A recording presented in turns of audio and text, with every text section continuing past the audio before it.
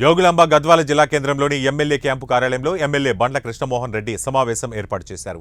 ఈ సందర్భంగా ఎమ్మెల్యే మాట్లాడుతూ రాష్ట్ర ప్రభుత్వం ఎన్నికల్లో ఇచ్చిన 6 గ్యారంటీలలో మహిళలకు ఫ్రీ బస్సు ప్రయాణం, ఉచిత విద్యుత్ సరఫరా అమలు చేస్తూ అందులో భాగంగా రైతు రుణమాఫీ విధి విధానాలు రూపకల్పన చేస్తూ రైతులకు ఒకేసారి 2 లక్షల రూపాయల రుణమాఫీ చేయడం జరుగుతుందని, అందుకు గాను 35,000 కోట్ల రూపాయలు బ్యాంకులకు డిపాజిట్ చేయడం జరిగిందన్నారు. ఇది తెలంగాణ రాష్ట్ర వ్యాప్తంగా రైతులకు గొప్ప వరమన్నారు. ఈ సందర్భంగా ఎమ్మెల్యే బండ్ల కృష్ణమోహన్ రెడ్డి రైతుల తరపున ముఖ్యమంత్రికి ధన్యవాదాలు తెలిపారు.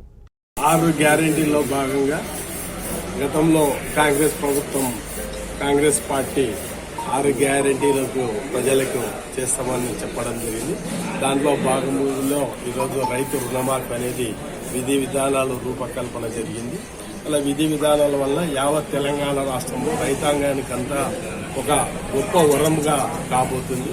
2 లక్షల రుణాన్ని ఈరోజు అట్ ఏ టైంగా 35,000 కోట్ల పైన ఈరోజు బ్యాంకులకి డిపాజిట్ ప్రభుత్వం చేయబోతుంది. యావత్ తెలంగాణ ప్రజల పక్షాన, రైతాంగం పక్షాన గౌరవ ముఖ్యమంత్రి రేవంత్ రెడ్డి గారికి ప్రత్యేకంగా రైతుల పక్షాన ధన్యవాదాలు తెలుపుతున్నాను. వాటర్